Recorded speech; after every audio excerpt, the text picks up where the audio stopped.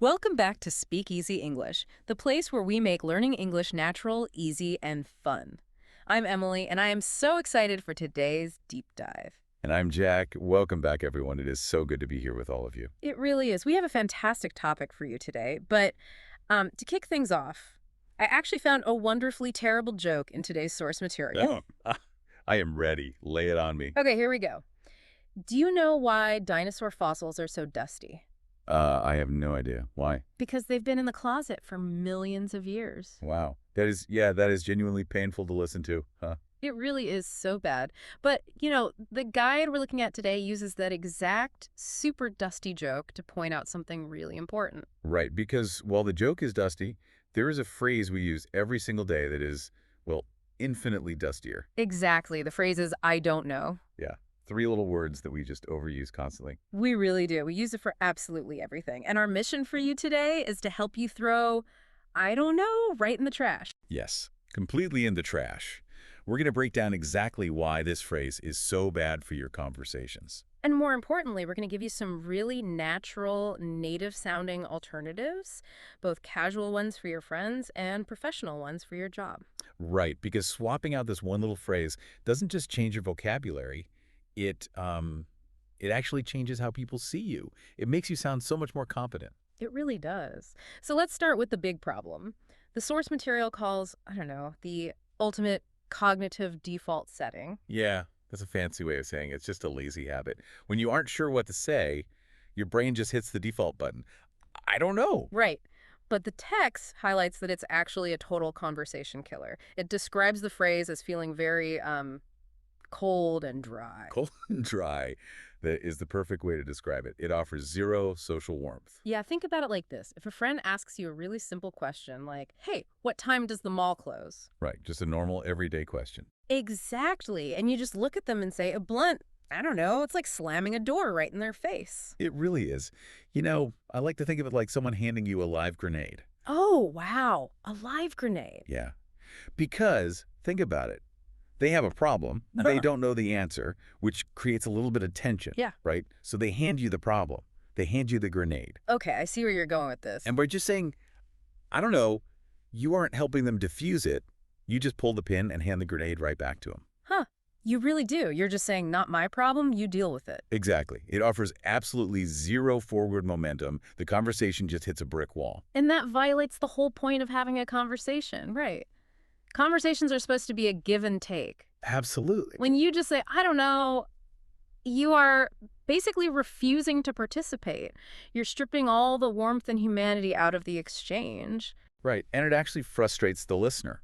Their brain realizes, okay, this person is not going to help me at all, which is pretty damaging if you're talking to a friend or a spouse. It really is. So we need to fix this. We need to eliminate that cold, dry void. Yes, we need alternatives that keep the conversation warm, even when we genuinely don't have the answer. Exactly. So let's dive into the casual alternatives first.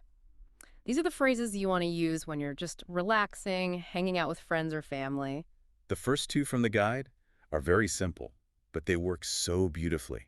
I have no clue, or I have no idea. I have no clue. I use that one all the time. It's so natural. And the reason it works better than the default is because of the imagery. Words like clue or idea imply that you are actively searching your brain. Oh, that makes sense. Like if you're looking for your lost keys and someone asks, where are they? Right. If you yell, I have no clue, you are basically telling them, I have searched everywhere, I'm trying my best, but I still can't find them. Yeah, it softens the blow. You aren't just shutting them down. You're proving that you are at least trying to help. Exactly. You're giving them a status report on your search. I love that. Okay, but let's look at another casual phrase from the guide. This one is, beats me. Yes. Beats me. Yeah. Classic. Oh, wait, I have to push back on this one a little bit. Oh, why is that? Well, if I ask a friend a genuine question and they just throw their hands up and say, beats me, I mean, doesn't that sound a bit I dismissive? definitely see why you'd feel that way. Or even aggressive, like beats me? Does it have something to do with hitting someone? Oh, no, no, no. That's a really common misunderstanding, but the source makes it very clear. It has absolutely nothing to do with hitting anyone. Okay, good. That's a relief. Yeah. It simply means, I really have no idea, and I can't even guess. It acts as a friendly verbal shrug. A verbal shrug. I like that. But how do you use it without sounding dismissive? It's all about the shared context. It's Yeah. not about dismissing the person. It's about dismissing the pressure of the situation. Okay, give me an example. Sure. Imagine you and a friend are stuck in terrible gridlock traffic, just completely stopped. Oh, the worst. And your friend sighs and says, "Why is traffic so bad today?" If you reply, "Beats me," Hmm. you're just shrugging. You're saying, "The universe has stumped me, so let's just not stress over it." I get it now. So it acts as like a release valve for the tension. Precisely. You are both acknowledging that the mystery is too big, so you might as well just let it go. That makes the distinction so much clearer. It's for low stakes situations where the answer doesn't really matter. Exactly. Which leads us to the final casual phrase, and this one is fantastic for social bonding. Oh, I know which one you're talking about. Your guess is as good as mine. Yes, Yeah. your guess is as good as mine. It is the ultimate antidote to that cold, dry feeling. Because it creates so much solidarity, right? It really does. The psychology here is deeply rooted in tribal connection. Usually, not knowing something makes you feel isolated. Yeah, you feel unhelpful or silly. Right. But when you use this phrase, you are telling the other person that you are both in the exact same boat. I love the way the guide frames this. It's the difference between being lost in the woods completely alone, Which is terrifying. right, versus being lost in the woods with your best friend. Exactly. If neither of you has a map, it suddenly becomes a shared adventure. You become a team. You instantly validate their confusion by showing them that you are just as confused. That keeps the social warmth completely intact. It really neutralizes any power imbalance. The person asking doesn't feel foolish because you're confirming that the answer is just genuinely hard to find. It turns a dead end into a moment of shared humanity. It's just lovely. It is. But we do need to make a major pivot here. Ah, yes. The professional environment. Right, because solidarity is fantastic at a bar or when you're stuck in traffic. But Right. if you take that casual verbal shrug into a boardroom, You are going to instantly destroy your credibility. completely. The source is very clear about this. Do not use the casual toolkit at the office. Yeah, if your boss asks you about a quarterly report and you just say, beats me, well, unless your goal for the day is getting fired, don't do that. Ha, exactly. You are not being paid for social solidarity. You're being paid for your competence. You are paid to solve problems. So how do we handle the live grenade when the boss is the one tossing it to us? Admitting ignorance at work is really terrifying for a lot of people. It is, because nobody wants to look incompetent. But the text gives us what it calls gold star professional answers. Yes, the gold star answers. Let's start with the first one. I'm not entirely sure, but I can find out for you. This phrase is so powerful. Let's break down the mechanics of why it works. First, it acknowledges reality. I'm not entirely sure. Which is so important. Honesty is critical. If you fake it at work, people will figure it out and your reputation is ruined. Exactly. Never fake it. But the real magic happens in the second half of the sentence. But I can find out for you. It instantly shifts the dynamic. You go from sounding helpless to being completely helpful. You do. You are catching that live grenade, acknowledging it, and then taking full responsibility for defusing it yourself. You're actively managing your manager's anxiety. That is exactly what you're doing. When a boss hears, I don't know, their cognitive load goes up, they have to find someone else to do the work. But when they hear, I can find out for you, it's just a huge rush of relief. The loop is closed. The problem is being handled. You just transformed a moment of weakness into a showcase of your work ethic. You proves you are reliable.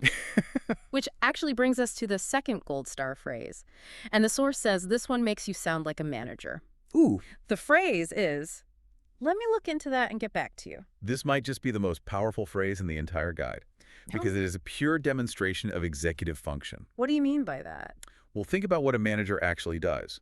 A manager directs resources. They initiate research. They take ownership of the outcome. Right. By saying, let me look into that, you are adopting the exact posture of a leader. You aren't a passive victim of not knowing something. You're an investigator. Yeah. You're taking control of the narrative. Exactly. You are taking charge. Okay, but wait, let me stress test this a little bit. Please do. If I'm constantly saying, let me look into that, every single time my boss asks me a question, doesn't that eventually backfire? Yes. Like at a certain point, if I never have the answer in my head and I'm always deferring, don't I just look completely unprepared for my job? That is an incredibly important nuance. and you are absolutely right to challenge it. There is a massive difference between strategic delegation and chronic unpreparedness. Right, you can't just use it as a shield for incompetence. No, you can't. If someone asks you a basic question about your daily tasks and you constantly say, let me look into that, yes, you will look inept. So it's really about the caliber of the question being asked. Precisely. If the question involves complex data or historical context or maybe checking with another department. Things you couldn't possibly just memorize. Exactly. In those cases, saying, let me look into that, shows that you respect the complexity of the issue. You want to give it a proper investigation instead of just guessing. You are positioning yourself as the project manager of that specific question. You're basically saying, I don't have the data in my hand this very second, but I own the process of finding it. It establishes so much trust. It tells your team that when you do speak, your words are verified and accurate. You aren't just shooting from the hip to save face. And in a professional environment, being accurate is always valued more than just spitting out an instant, unverified guess. It reverses the power dynamic. Instead of being diminished by what you don't know, you elevate your status by taking charge of the solution.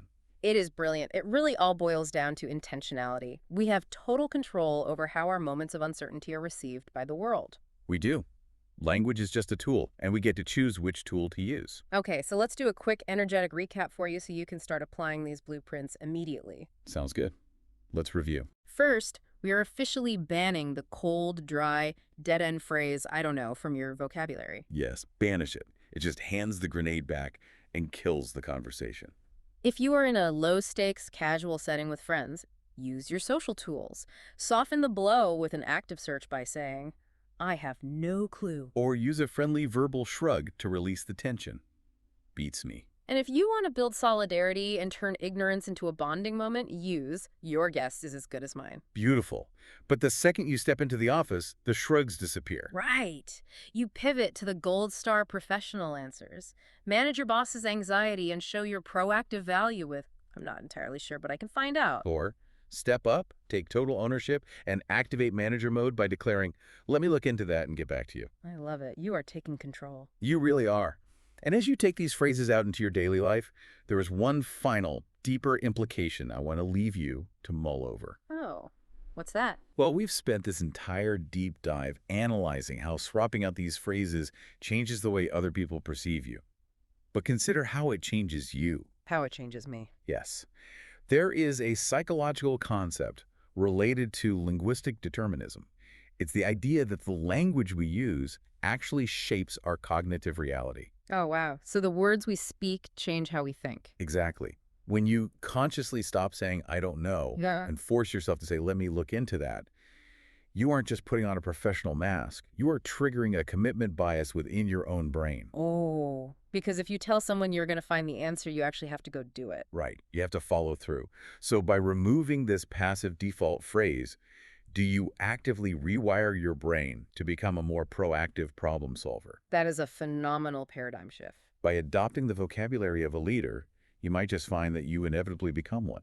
I absolutely love that. It is not just about sounding better. It is about fundamentally rewiring how you interact with the unknown. If you speak like someone who solves problems, you eventually become the person who solves problems. Couldn't have said it better myself. Oh, thank you so much for joining us for this deep dive.